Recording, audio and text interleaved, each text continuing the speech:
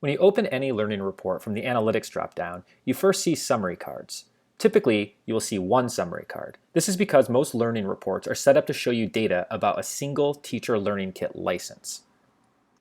Any summary card you look at displays for you your teacher's activity in LDC core tools over time. This summary card is showing data for all teachers who are members of groups that are licensed to use the TLK Salinas High School license.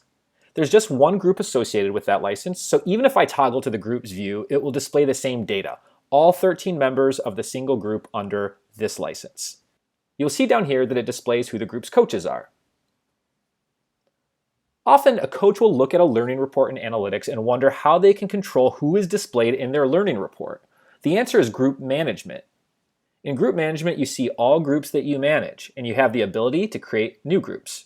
A group can be associated with a Teacher Learning Kit license that you have access to. In Analytics, you will see a learning report available to you for each license that you have access to as a coach.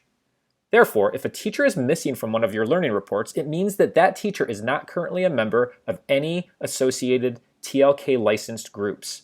I can add members to my groups using group management to correct this.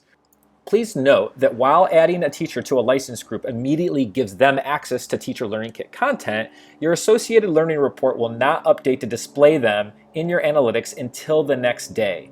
For more on how to use group management, see the Group Management FAQ and/or screencast. So these 13 teachers displayed here are all the teachers who are members of my group or groups in group management that are licensed with the TLK Salinas High School license. The summary card reports 4 different types of each teacher's significant module-related work over time. The blue dots represent any module editing activity. A single blue dot will appear every time that teacher edits something within any of their modules.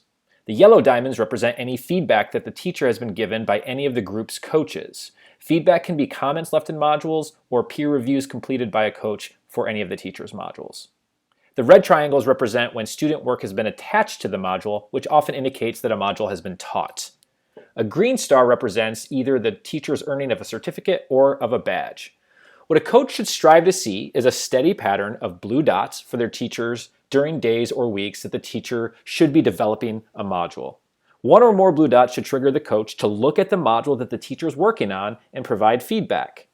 A steady mix of blue dots and yellow diamonds indicates that the teacher is designing their module and receiving feedback from the coach. Red triangles usually do a pretty good job of demarcating the end of an instructional cycle. A fully designed module has been taught, and there is student work that can be looked at to help determine what the teacher should do to further revise their module and/or what they should do as they develop and teach their next module. Green stars indicate that a teacher has earned a course certificate, which they earn upon successful completion of each instructional cycle of a course, or a badge, such as an LDC task or instructional ladder authorship badge, which they earn if they submit a module for national peer review and earn a rating on their task and/or ladder.